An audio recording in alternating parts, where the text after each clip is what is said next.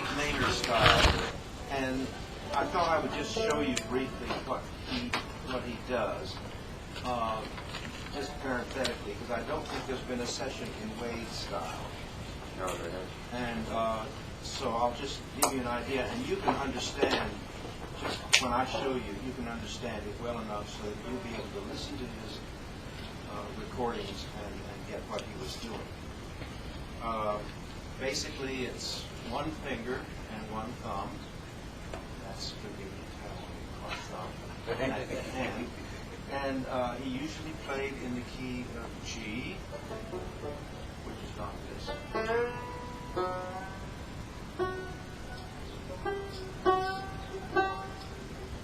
We're not going to teach this.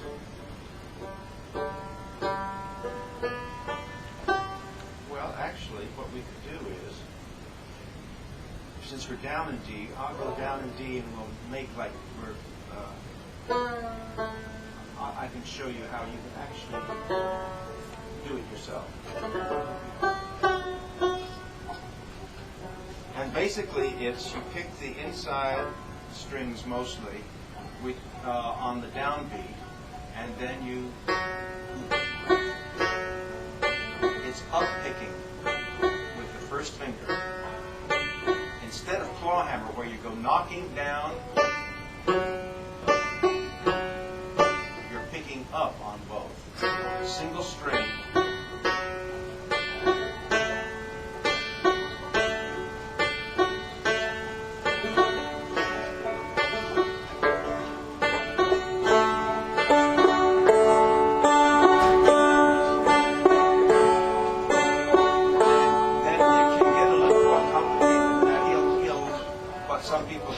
Double thumbing is this. Hitting a thumb string for hitting the thumb string every time you hit a finger note. For instance, the tune that we're going to learn here, you can play more or less in the Wade's style.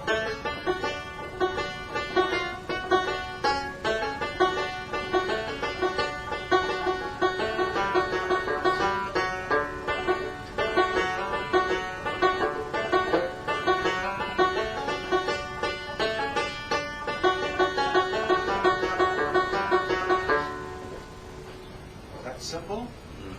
That's simple enough, but very effective. And for the beginnings of radio and recording, which is when Wade was most active in the 30s and 40s, using picks, really helped make the sound different than what it had been before, and also more precise. And it cut very well over microphones and early radios. And of course, in performances, as he said, schoolhouses, it would have been about half or a third the size of the pub. It also helps with a larger audience. So picks were what really changed music in the 30s. Flat picks came in I think, the 20s. Of course, they've been around, but they became very popular in the 20s, and especially in the 30s, flat picks on guitar. Okay. Another question we had over here was, what tuning would be Uncle Dave's main tune? Really, he played in about 5 different tunings. He played in this tuning sometimes, what I call open D,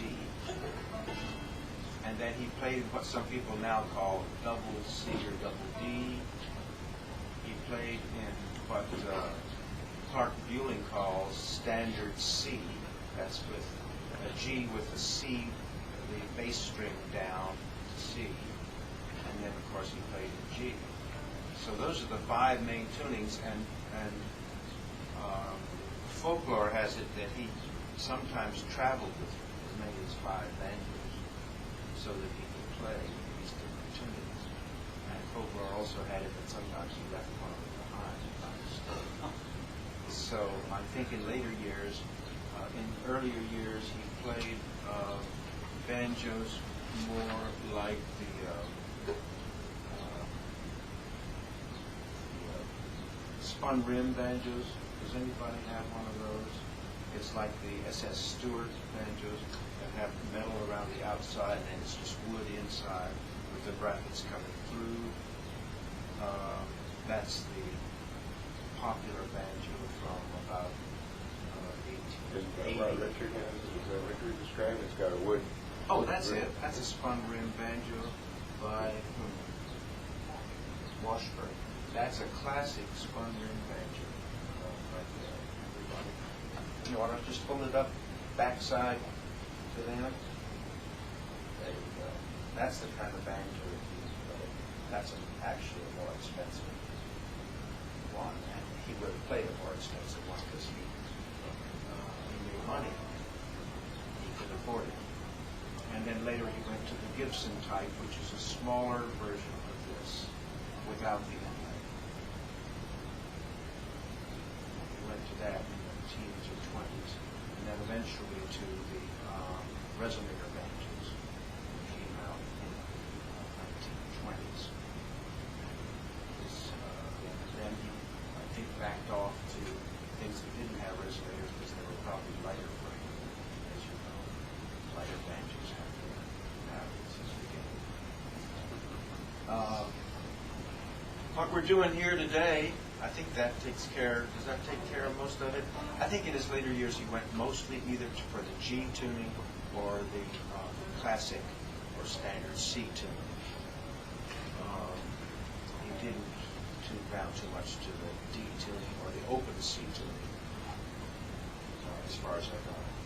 When you hear recordings of him on the Opry, that were mostly from the 30s and 40s, he had simplified his life somewhat, I think, which you try to do. Okay, is everybody in D? Open D, that's F sharp, D, F sharp, A, D.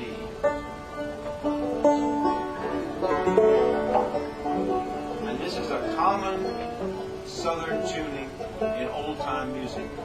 For quite a few people, this is the first tune that they play. Tommy Jarrell said the first tune he played was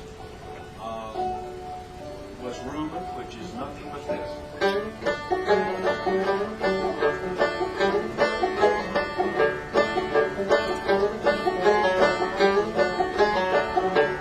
And that's pretty simple, open tuning, banjo tuning. What was the string again? Pardon? D, F sharp. D, F sharp, F sharp first, starting with the fifth string. And then the next one is the D, the same as in the G tuning. And then you lower your third string from a G to an F sharp.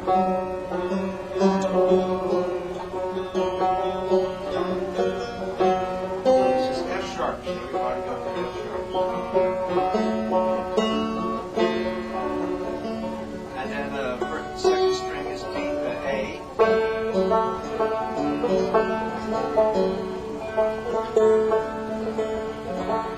And then your first string, of course. And your first and your fourth are the strings that stay the same. Here, mine's right here. When you go from tuning to tuning, the way that I find it convenient to not get lost is to remember what strings the tuning's have in common, and to leave those alone and then tune to those as well as you can, and then finesse the whole thing. Because as you change one string on most banjos, especially if you have a slightly loose hand size, you have to really adjust everything after a while.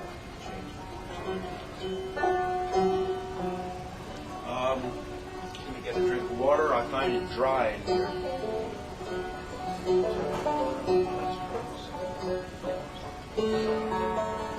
what I'll do is I'll start out by playing you the tune myself so you can see it and hear it immediately, and then I'd like to play you the original recording that I learned from and that I'm patterning after. It's available on a reissue by B.F. Shelton. He's playing Darling Corey. This is where my brother Pete learned Darling Corey from. He changed it quite a bit because he plays it in G, and he drives it real hard. This is not a driving recording. It's very lyric, as this guy played. He played on the Bristol Sessions, the famous Bristol Sessions, where the Carter family and Jimmy Rogers were discovered and first recorded, as did a number of other exceptional musicians like Mary Stowe and Alfred Carnes. And all of the recordings he made were very quiet, kind of home music. Okay, here's how our chord goes, kind of.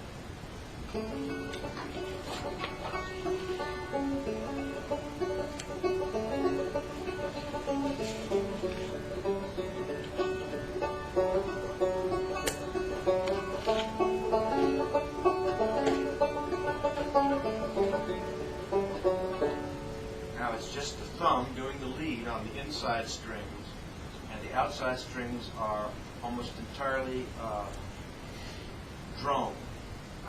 I only note one of the outside strings, this one here, because you rarely fret the string. So, and I'm alternating the thumb between the melody string on the second, third, or fourth with the fifth string.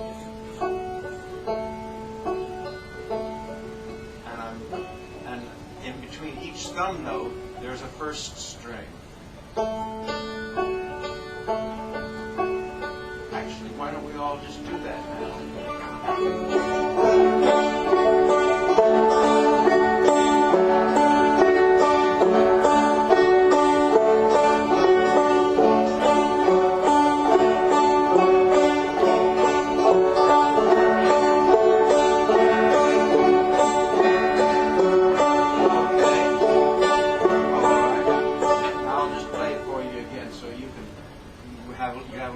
Insight into what's going on each time you hear this thing.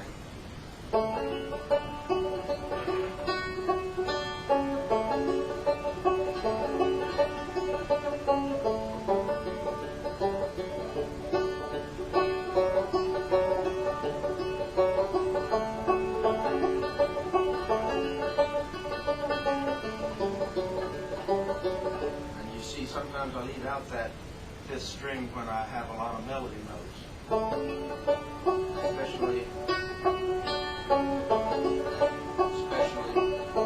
here.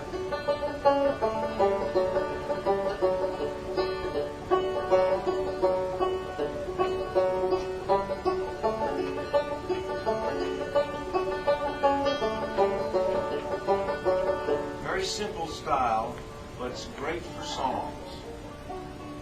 And you can, as I played Lost Gander last night, this is the style I played Lost Gander in. It's just that has harmonics. All right, here's B.F. Shelton himself. Let's see.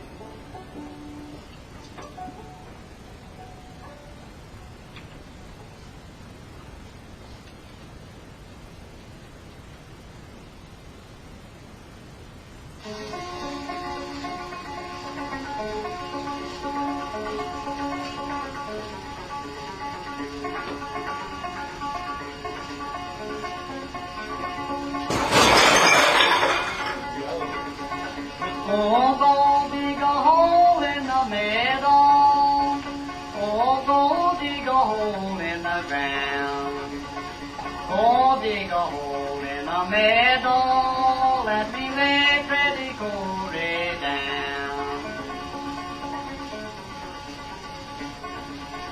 Oh, the last time I saw Darling Corey, she was was sitting on the bank of the sea with a 44 around her and a banjo on her knee.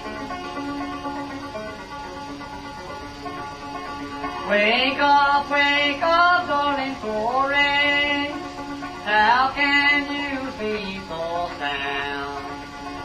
Highway robbers are coming, gonna tear your sail out down. Go away, darling, go away, and bring to me my gun. I ain't no man for trouble, but trouble just now begun. Then last time I saw darling Corey had a 45 in her hand. She'll land revenue officers if they leave her with my man. Go away, darling Corey, quit your hanging around my bed. Whiskey has ruined my body, pretty women will kill me stone dead.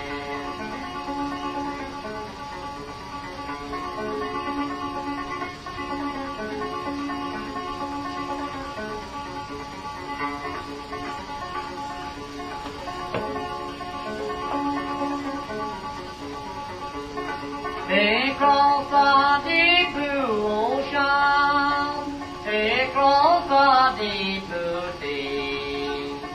Go bring to me little Corey, wherever she may be.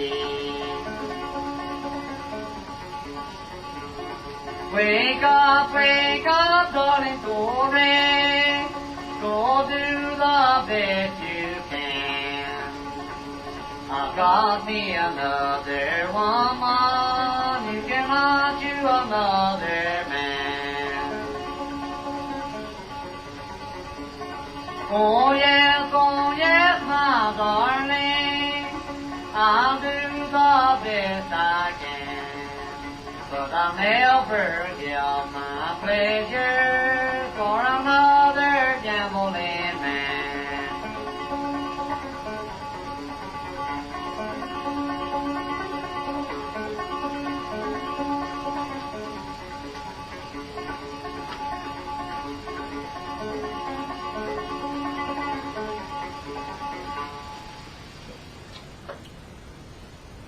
For a 78 RPM record, that's a very low, long piece. It is. And the way it was possible was that's one of the, I think, 2 or 3 or 4 70 RPM records of this kind of music that was a 12-inch record. And it didn't sell very much. The thing that I want to just mention here is that, first of all, playing just a little break in between was, I think, kind of unusual. In other words, he didn't play the whole melody in between. He just had a turnaround. And he didn't play the same thing as he was singing. As you notice, it's very much compacted, but he plays his break, you might say, of the whole tune. And he then played the melody while he sang, and did put this note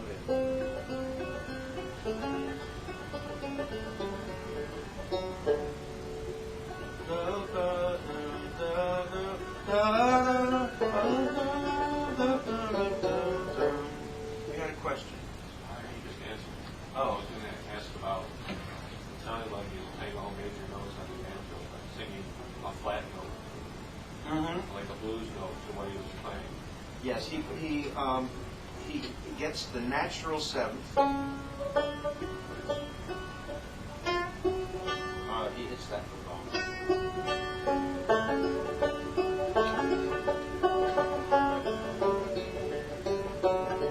And when he's singing,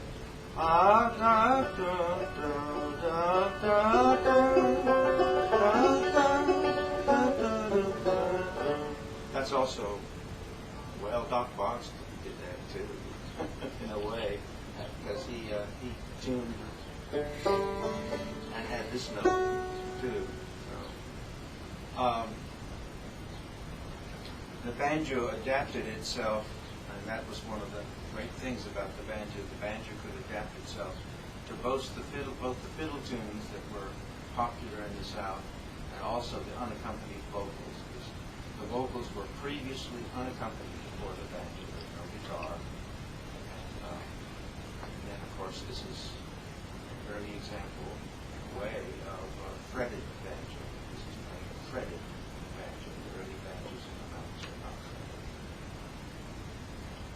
fretted. Well, I don't think we have time to learn the whole break, but why don't we learn just the turnaround, and then I'll show you how to get that first line. Since the phrasing is a little weird, I think maybe it's just best to learn the turnaround, and if you want to, then you can get the recording and learn the whole thing yourself, because you'll have a good handle on how to do it. Now everybody's got the basic. Maybe just do it again. Fall in with me just so you get the basic thumb lick.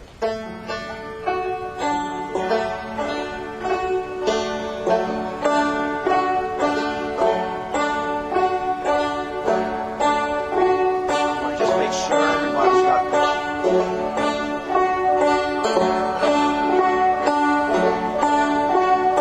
I'd like to encourage you to play the first string, with your first finger.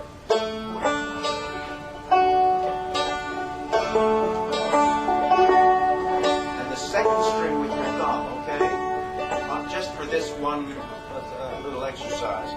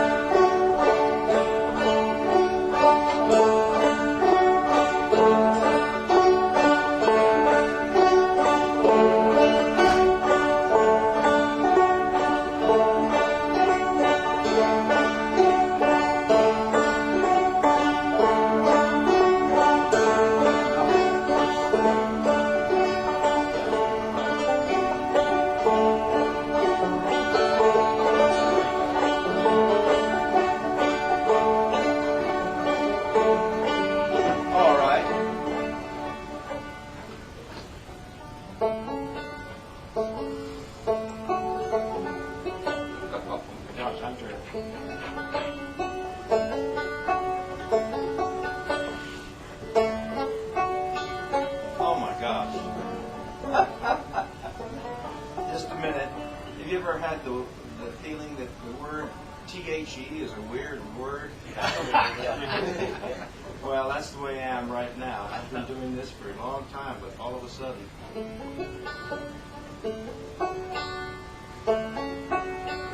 Okay, there it is. Okay, it's a hammer-on on the 4th fret using that same lick I just showed you.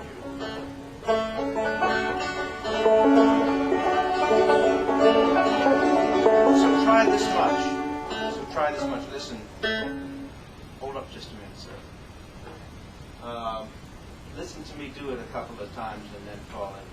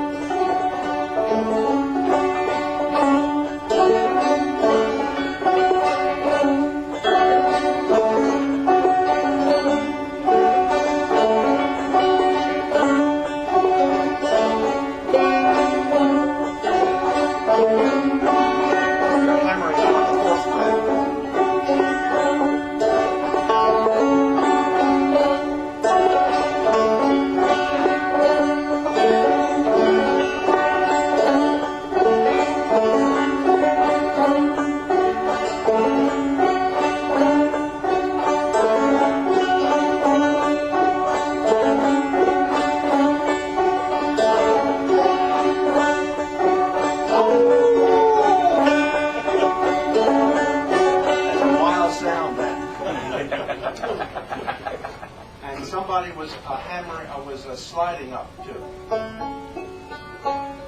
And you can do that if you want to. I'm just trying to teach it to you in the easiest way. All right. Now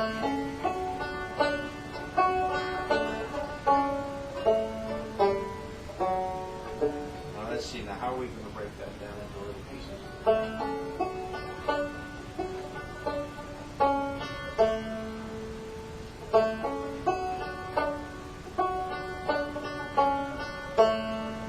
Let's do that much.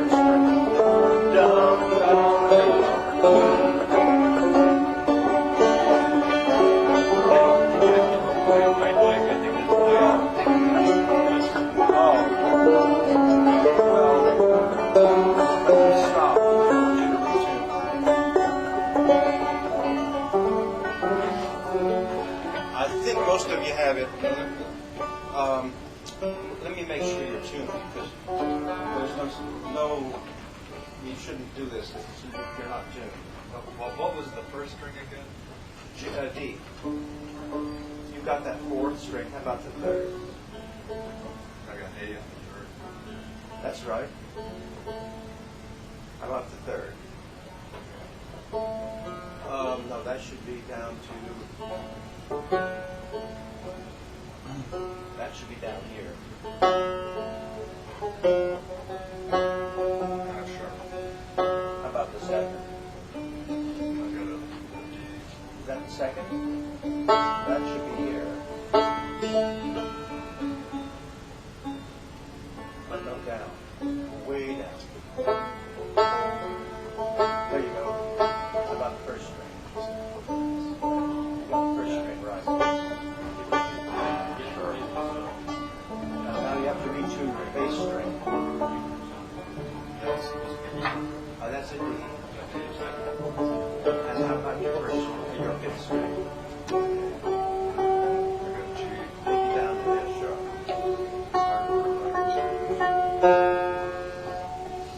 There you go. Right on, playing it at all. Oh, Scott, okay. I wanted you to get that last note, which is this, which is on the third string, first fret. Okay, there you go. I think just about everybody's got it. I think you'll have that as soon as you got the tuning.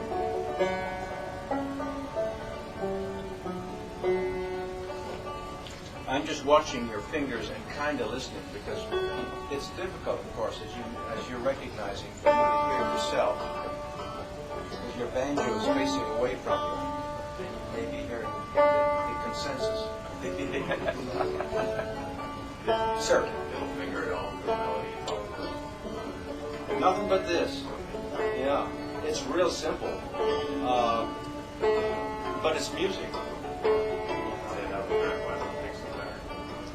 I'm not sure whether Doctor's is his second finger sometimes. But Merle Travis did everything with these, they say. And when I watched a video of it, it's true. It's extraordinary. Magic. Okay, let's go on from there. So far we have this.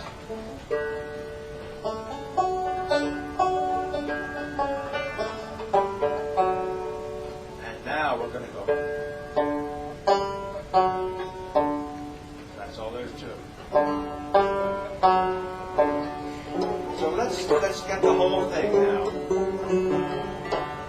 Yeah, just get that for yourself so you know where the notes are.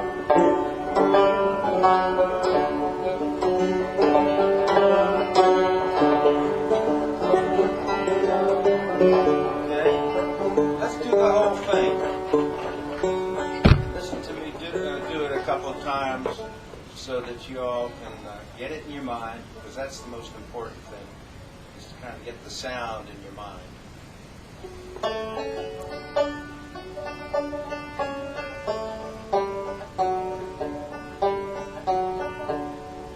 And then what he does to just take time is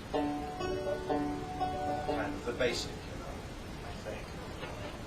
Anyway, we'll do it that way.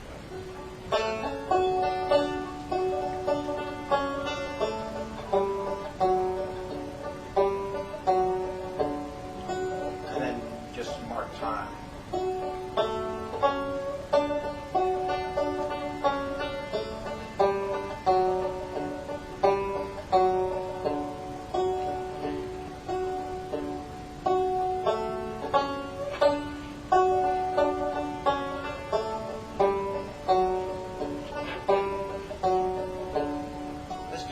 Slower than that.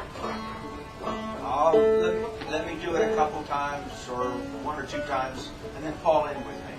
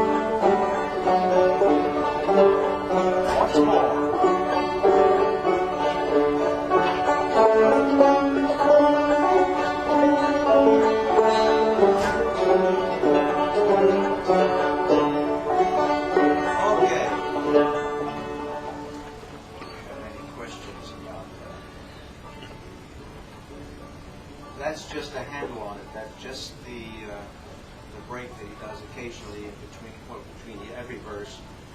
The melody, I'll play the melody for you a couple more times.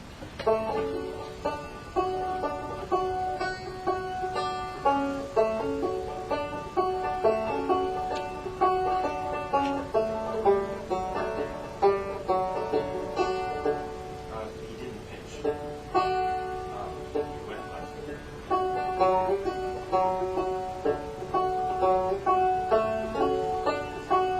Timing exactly there. We'll try to do it right once.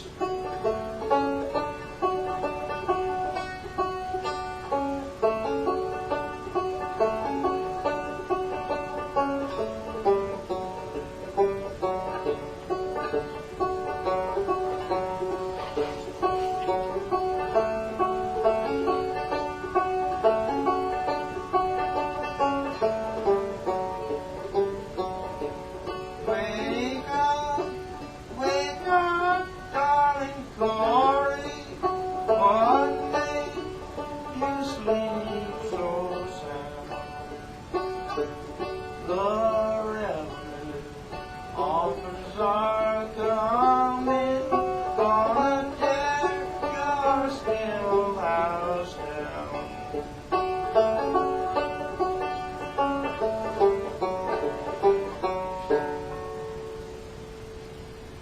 You can play all kinds of songs using this style. It's easy, and it doesn't complicate the singing. A lot of the more quiet songs where you're being more splashy, it's not claw hammer. And of course you can be quiet with claw hammer too. Claw hammer tends to be more rowdy. That's why you knock down on the strings to get that percussion and to get that attack sound. When did people start accompanying themselves like the chorus and things like that? Saying this is like how they first did it. Well, the banjo was mostly unfretted until about the 1880s, and so the early banjo players, it was all melody and drone. People wouldn't play chords much, but with people being able to buy things as the dollar economy came in, industrialization, middle classization,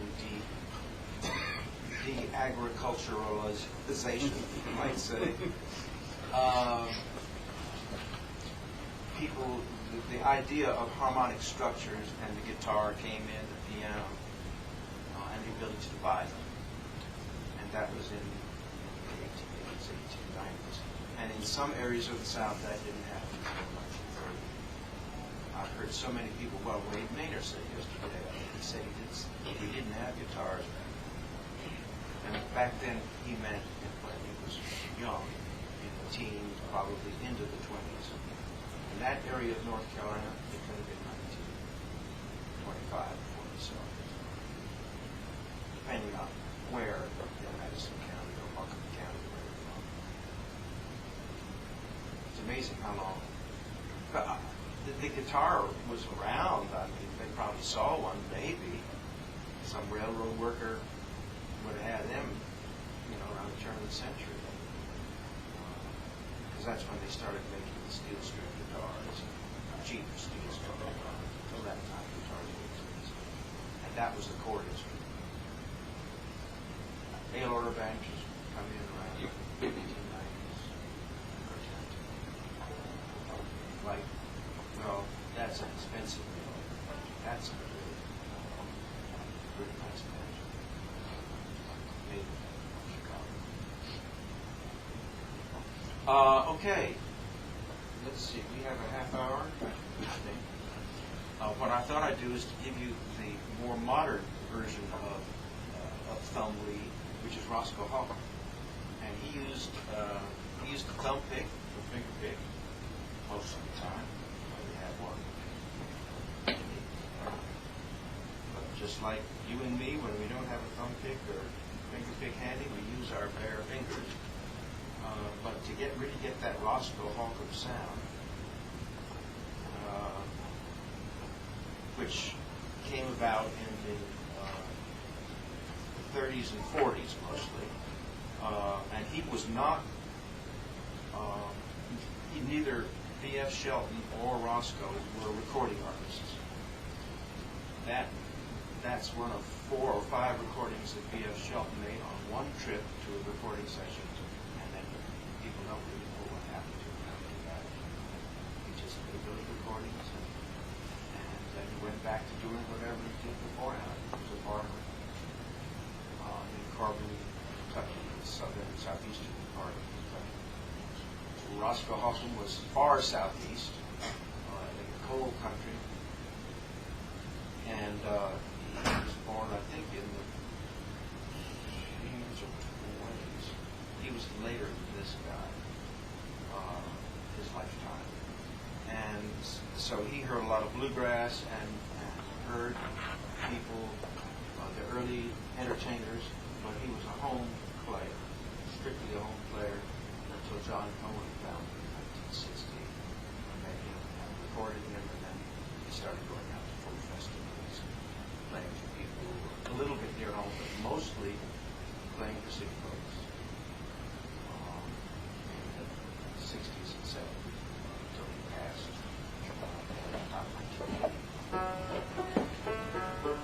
And Roscoe played in a couple of different D tunes, as well as lots of others.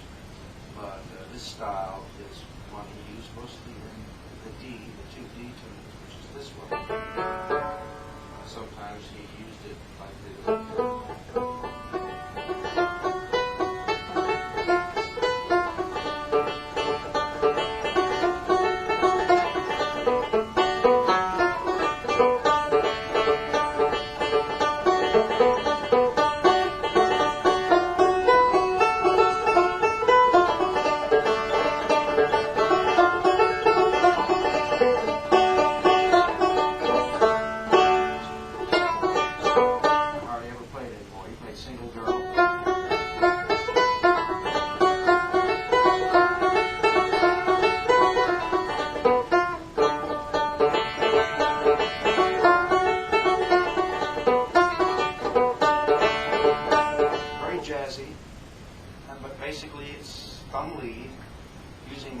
Strings as drums, and it's very syncopated.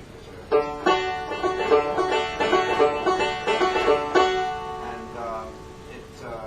he does this thing of pinching, and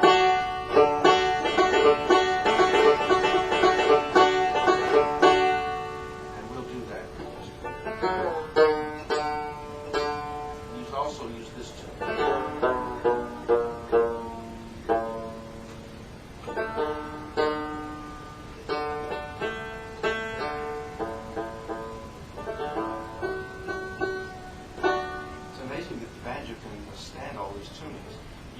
Your strings a little bit high, didn't break, didn't bust. Some people tune their banjos, their G tunings, up to B. Olabelle Reed did. I think that Uncle Dave did sometimes. So if you're trying to learn to call him Uncle Dave, and you find it a B flat or B, don't be surprised. It still could be a G tune. I thought I'd play you a little bit of this first. explain what's going on, then play you Roscoe's version of it. This is so you can understand and incorporate some of this into your playing. Let's see.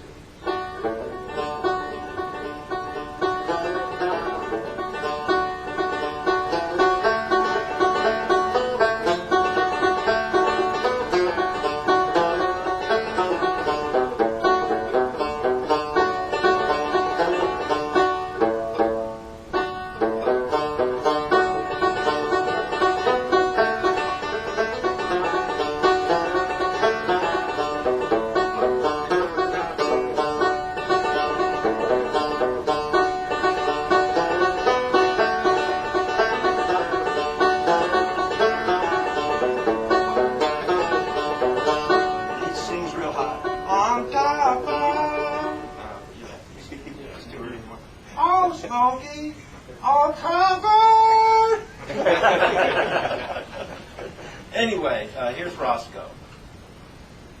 Let's see, I think we can play this one.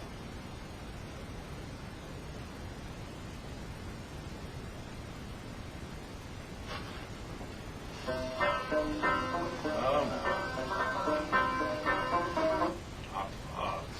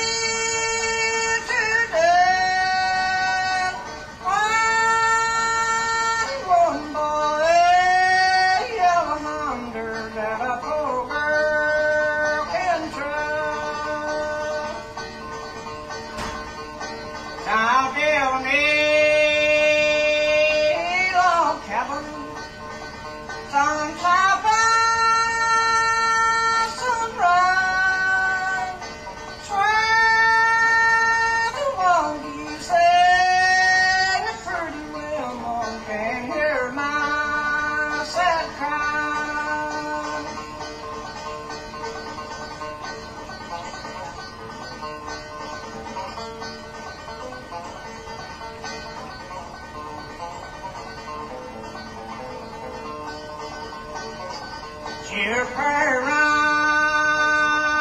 they are against me. They say I'm too poor. They say that I'm unworthy of entering your door. They say I drink whiskey. My money is my own. Some if they don't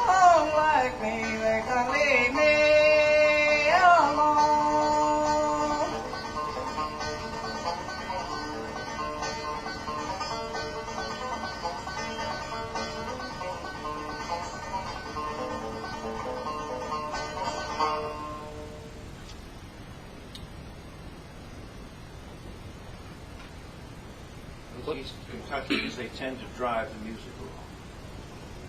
There's two of us in this room that have been to see Roscoe Holcomb. At least. Dan back there went to see him in 1973. Anybody else ever hear Roscoe in person? It was, you would have to remember back before 1977 probably, because he stopped touring about then. Was he a miner? He did all kinds of work. Construction, mining, he worked in the factory north or west, northwest to Indiana, I think, for a little while. He did manual labor, and he was about as tall as I am, but he was built husky, not heavy, not heavy, but he was built to work, or he worked most of his life. When he wasn't just not working. He must have died fairly young. He died in his mid to late 60s. He chain smoked. I toured with him. I get up in the morning, early morning, like 3 or 4 in the morning, and he'd be sitting on the side of the bed, smoking. He was one of the most kind-hearted people I think I've ever met in my life. And you think of, people who sound racist. He traveled for a while with Reverend Burley Brown, who's a black guy, who's blind. But hand in hand, they're walking along. I mean, hand in hand, not arm in arm. Hand in hand. He's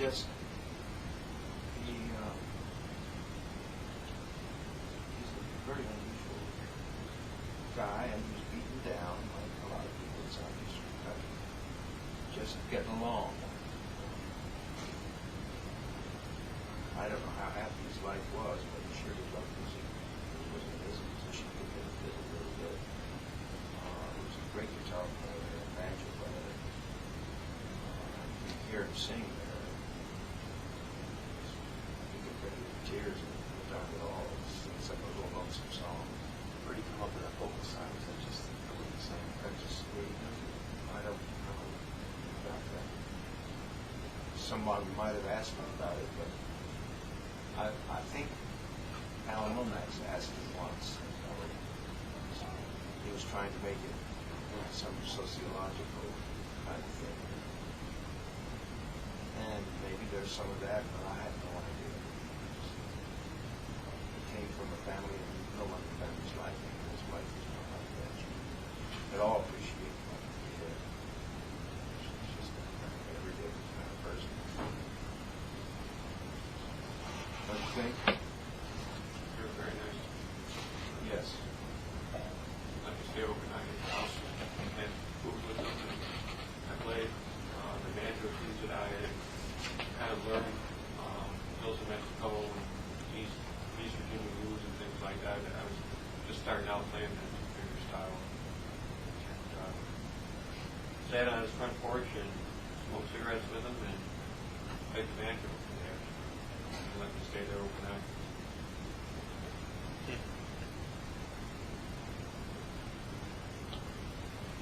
That sounded sort of reminiscent of East Virginia and maybe a little bit of My Horses Ain't Hungry. It's not the On Top of Old Smoky waltz tune. It's Not very much. very He put that together himself. Yeah, and he called it Old Smoky. And it does have a couple of the old, well, maybe, I don't know whether he called it Old Smoky or not. A lot of these guys, they didn't have names for things necessarily. So the person who recorded it gave it a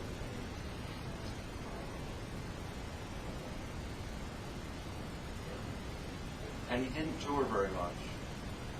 His stagecraft was very natural. I think the first time he went out and did a concert, or one of the early times, was at the University of Chicago Folk Festival. And he'd come out on stage just dressed as he always dressed. He played a tune, and then took off his sweater and put it on and just continued just playing it, music. It just seemed like it was natural for him to be there. Lippincott felt the same way. I didn't get a feeling of stage fright from him as I did from professional musicians. And I knew professional musicians, country-style musicians, who would get scared if they're going to follow somebody who's powerful or something. They just were neurotic. But Roscoe, he was a worried person, don't you think, in some ways? Yeah, I think so. He seemed to be troubled about it. Wondering how he's going to make ends meet. Yes.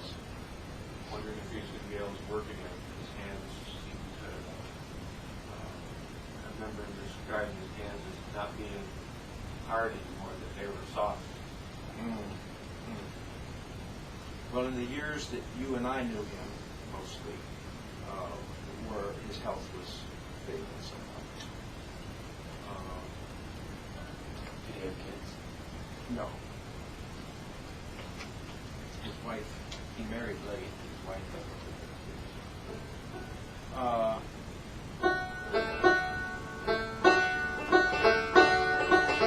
that's basically what he was doing.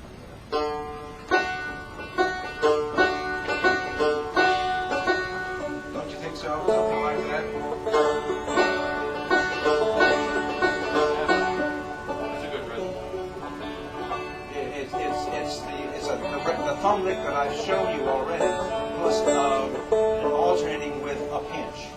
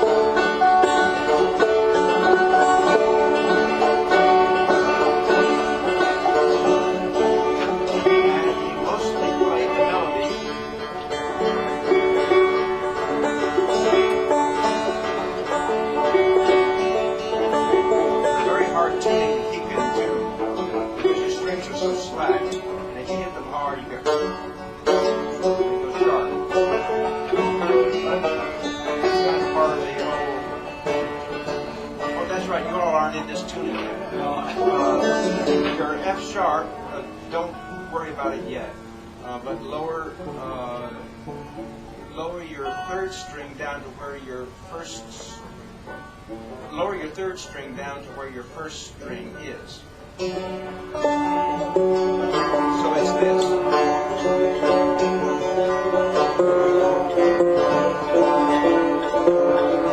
Your G string is down to a D.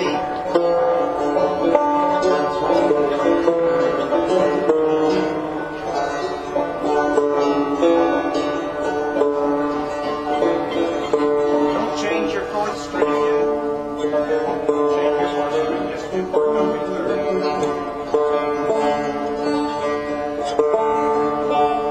And then after you get that done, lower your fourth string to an octave below the second string.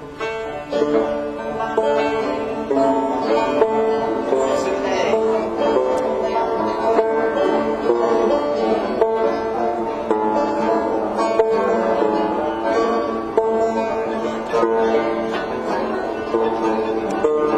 The strings are feeling like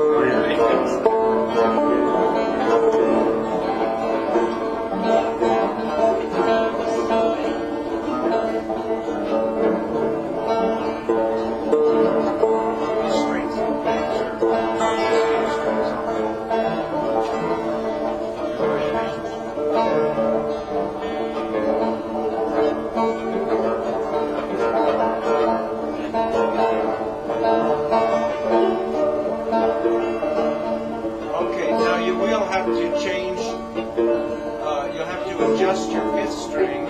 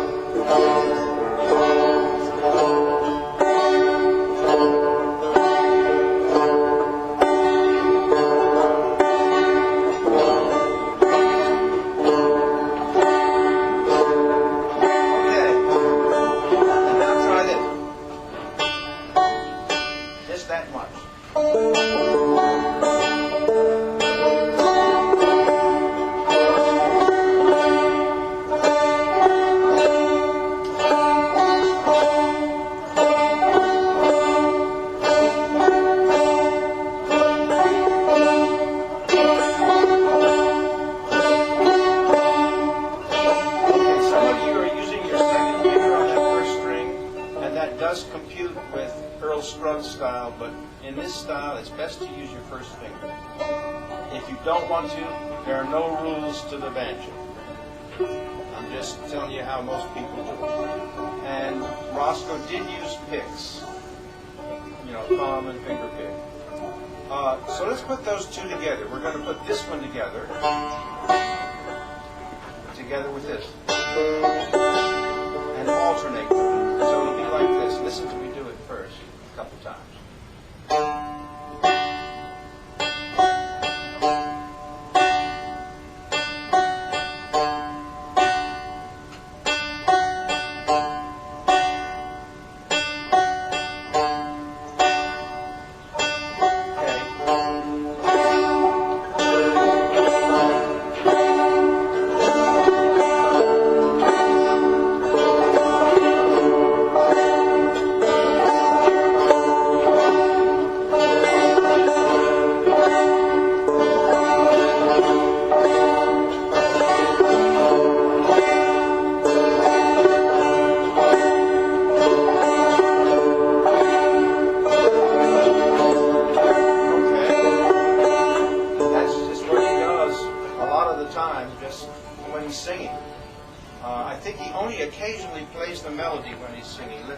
Let's listen just a minute to that.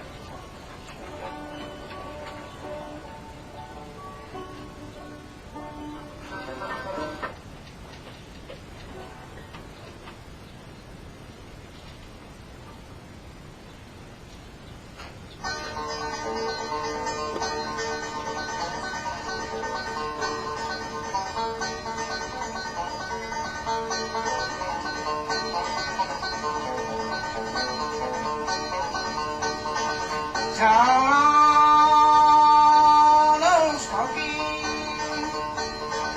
All covered with snow. Some lost my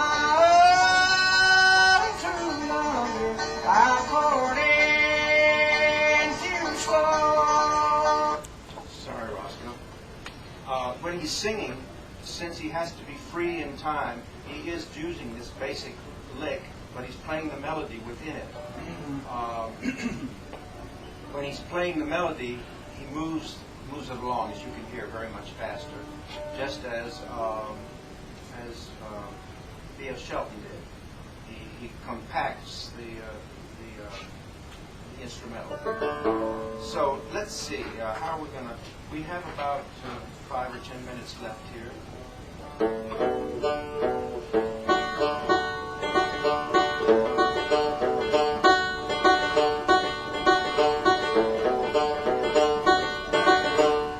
Let's learn that much of it.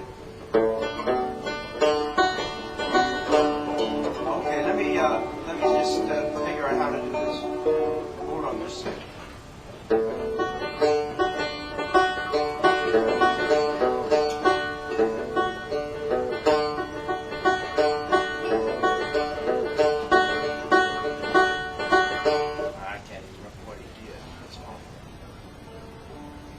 Maybe I should just do it my way. And it'll give you a little bit of an insight into the way he does it. And then you can put your slow downer to work.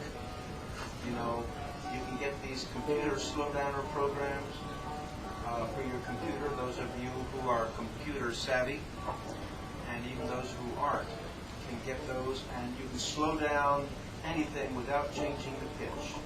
And then you can adjust the pitch to your banjo. You can also get units which will do that on their own if you don't want to use a computer. It's not like in the old days when you had a cassette recorder where you have to kind of listen to it, like that.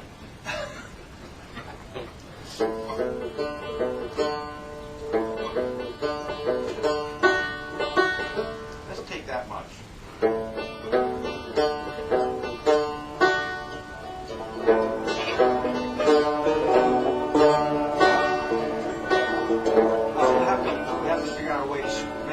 Circular. This is what you do when you have one of those computer programs. You make it into a loop.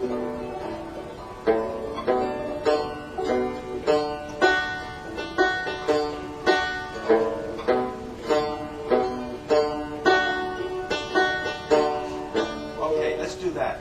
I'll slow it down a little bit for you, though.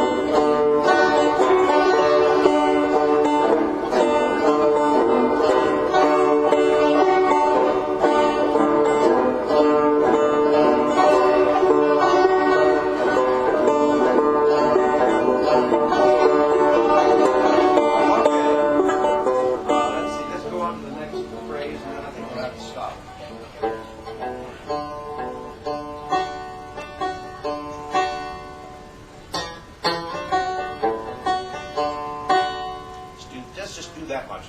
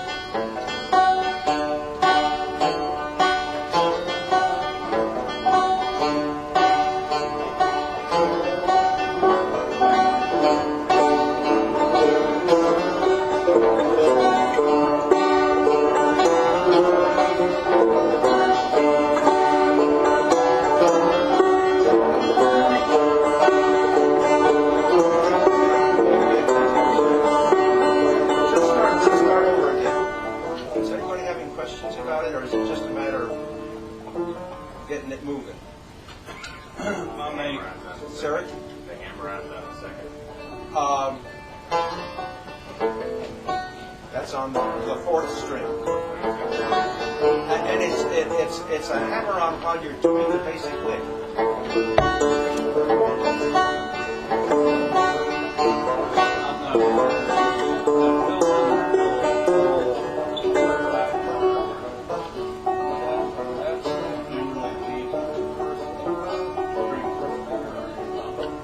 You're always leading the melody with your thumb in this style. But I mean, when you do this, I'll fill in the dab first.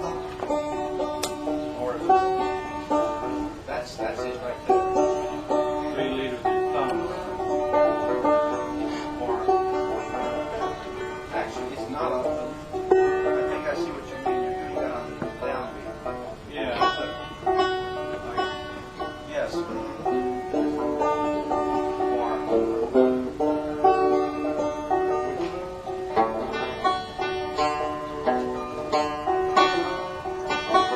you lead with your first one. Both. Oh, It's a pinch.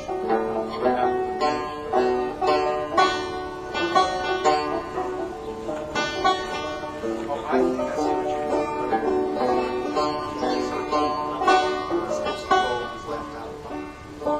mean. You leave out one very important thing there, and that's what makes it weird. Let's break up two of those figures there, because you're having a hard time getting them. That's a very typical banjo lick. You use it in Cripple Creek and everything else.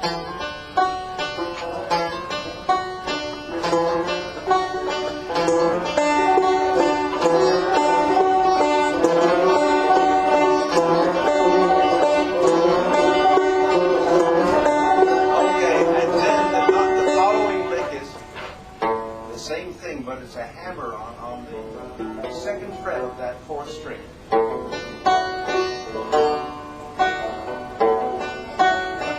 Up to the third string.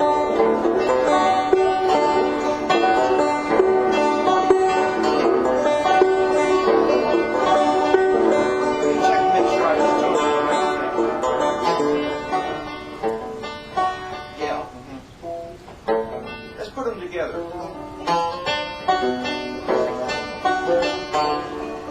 And then you pinch at the end of it, just so we can make it into a loop. Okay? Wait for me, please. Pinch.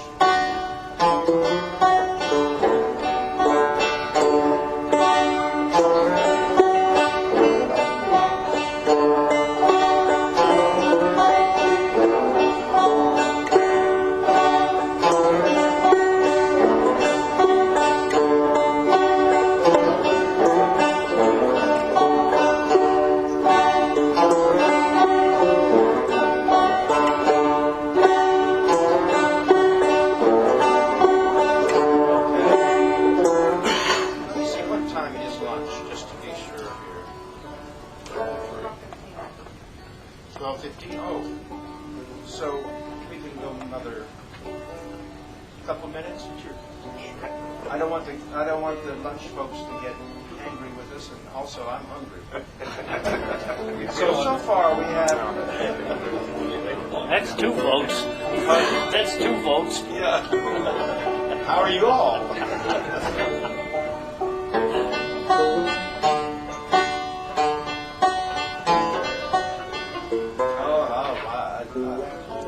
There's timing in there that's different than I've shown you.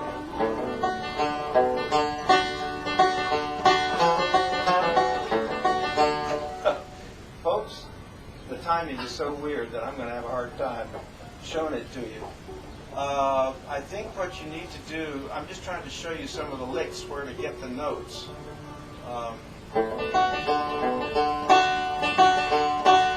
Well, you mark time with the basic lick there.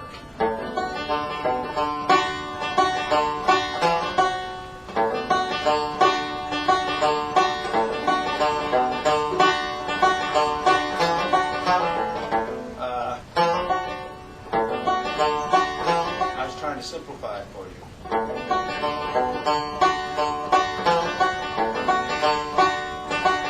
Okay, let's do it that way. I'll slow it down for you. You have to realize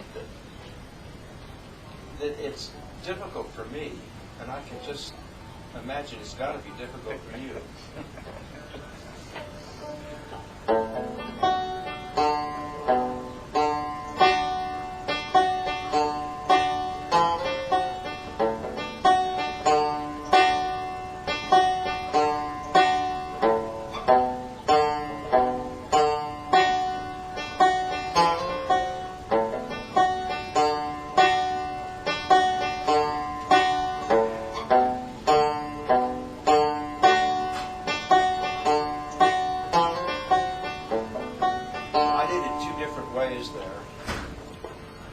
Frankly, I think it's pretty difficult to try to do in 3 or 4 minutes. What's the time signature on that? Well, it'd be 2/4. All fits are 2/4, 4/4. I don't know this. I might say it'd be simpler to write in 4/4, but since I'm not musically literate, I can't really speak to that. I'll play it once more for you myself, so you can see it at the same time. And in these sessions, I realized that all we can do is to give you a little Overview. Yes, and hopefully a handle for you to be able to listen to these yourself and figure out a lot. I can't say it often enough that it's just really important to listen to it over and over. I've done that. I traveled with Roscoe, so I was fortunate to hear it in person, but I've also listened to these records a whole lot. And somehow it's close enough to other kinds of music, Southern music, including Earl Scruggs and other clawhammer banjo players. There are things in common, so that it's kind of in there now, and I don't play it exactly like Roscoe anyway. I've been able to figure out what he's doing, and I just kind of did it off the top of my head for years. So this is not exactly the way Roscoe does it.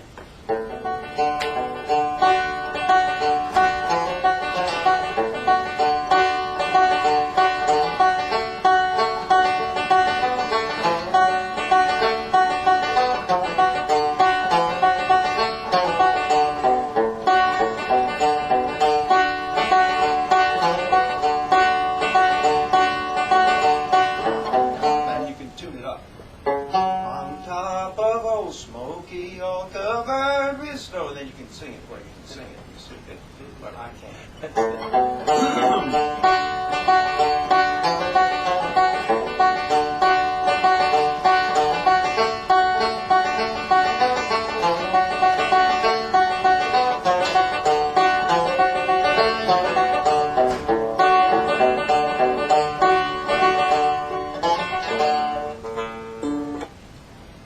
And on top of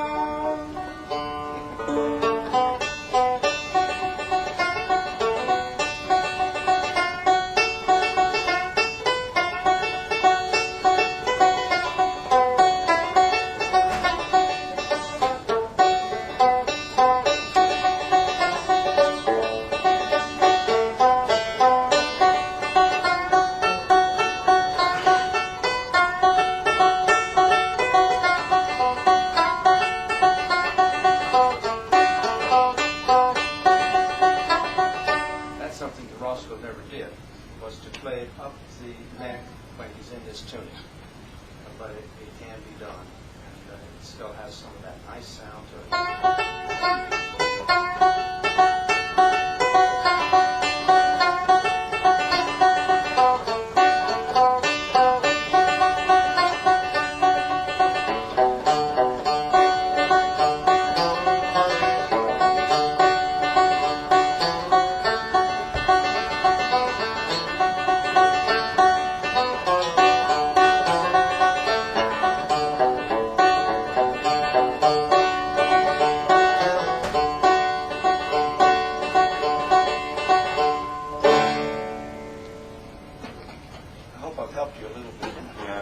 Let's go eat.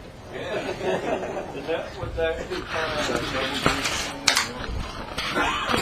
I don't know what else.